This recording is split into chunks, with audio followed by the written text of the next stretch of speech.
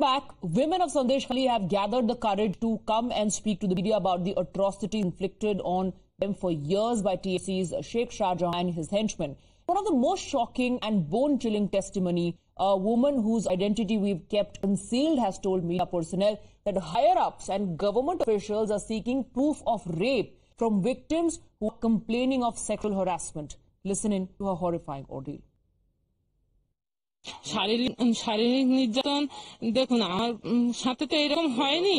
হ্যাঁ হয়েছে, অনেকের সাথে হয়েছে। তারা দেখুন, আমরা এই গ্রামের মানুষ, আমরা কোনোদিন সামনে বেরিয়ে প্রকাশ্যে এখন বলতে পারবো না আমার সাথে এটা হয়েছে।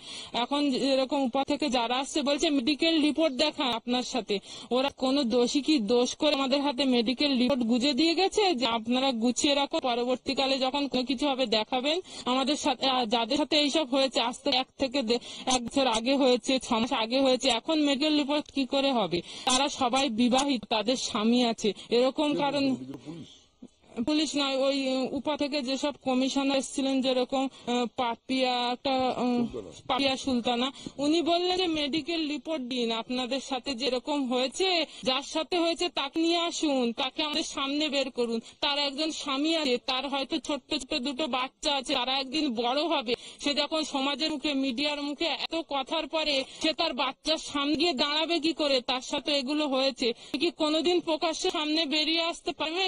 এই কথাগুলো যারা বলছে যে আমার সাথে প্রমাণ দিন, 1 বছর আগে তাদের সাথে এরকম হয়েছে, কিন্তু তারা আজকে কি প্রকাশ্যে মেডিকেল রিপোর্ট এনে কারোর সামনে দিতে পারবে? অফিসাররা যেটা চাইছে যে প্রমাণ দিন, আমাদের মেডিকেল রিপোর্ট দিন। যা হয়েছে তারা প্রকাশ্যে, গ্রামের মহিলা কোনো দিনে সামনে বেরিয়ে বলতে পারবে না আমাদের সাথে এইটা হয়েছে, কারণ তার একজন স্বামী আছে, সংসার আছে, 4 ছোট ছোট বাচ্চা আছে। তার 2 দিন পরে প্রশ্ন করবে, মা তোমার সাথে এরকম হয়েছে, সেদিন তিনি কি উত্তর দেবেন? আজকে সেই মহিলারা সামনে এসে এরকম ভাবে রিপোর্ট দিতে পারবে? এটা এখন চাইছে। কিন্তু যেগুলো আন্দোলনের আগে, আন্দোলনটা এখানে সন্দেশখালীতে যে শুরু হলো, এর আগে আমি না কোন রকম নিরাপত্তা দেখছি না এখন, কারণ প্রশাসন তো রাতের বেলায় এসে আমাদের বাড়ির দুয়ারে করে নাড়ছে। কি করে আমরা নিরাপত্তা দেখবো? প্রশাসন তো আমাদের নিরাপত্তা দিচ্ছে না। আমরা চাইছি কেন্দ্র বাহিনী আসুক, আমাদের নিরাপত্তা দিক। আমরা শান্তিভাবে বাঁচতে চাই, শান্তিতে থাকতে চাই। আমরা কোনো পার্টির রং লাতে চাইছি না আমাদের গায়ে। আমরা যাতে শান্তভাবে থাকতে চাই, সেই আন্দোলনে আমরা লেগেছি। বারবার যা অত্যাচার চালাতো তাদেরকে শাস্তি দেওয়া হোক এবং আমাদেরকে শান্তিতে থাকতে দেওয়া হোক, এটাই আমি চাইছি। এখন পর্যন্ত ধরা পড়েনি, শিবু হাজরা আর শেখ শাহজাহান, এরা তো ধরা পড়লো না।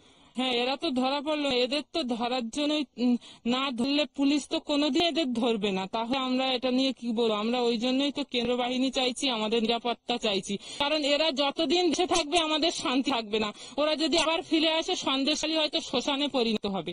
তাই আমরা ওদেরকে চাইছি না, ওদের অবিলম্বে গ্রেপ্তার করে শাস্তি দেওয়া হোক এবং আমাদেরকে নিরাপত্তা দেওয়া হোক, এটাই আমরা চাইছি। রাজ্য সরকারের তরফ থেকে তো বলা হচ্ছে।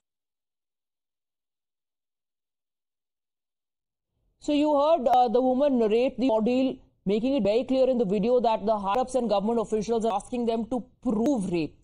Meanwhile, BJP's Amit Malviya has tweeted a video and has made a sensational claim against Mamata's cops. Amit Malviya says, and I quote, women Sandesh Khali who complain about the tyranny of Sheikh Shah Jahan and his men in the region before the media and the governor have been forcibly taken away by the West Bengal police.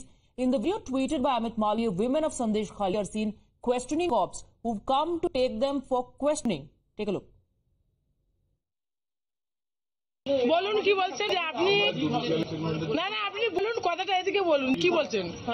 আমাদের এই 5 জন আছি, নাম বলো কার কার নাম বলো। আমরা এই 5 জন আছি, রেখা আমাদের চেনে, এই মানে ওর সাথে আমরা যাচ্ছি, আমাদের সবাই সিকিউরিটি আপনাদেরকে পাঠানো আছে, আমাদের কোনো অসুবিধা নেই। ঠিক আছে, আর যদি কিছু হয় তারাই তো কে নেবে সেটা বলুন।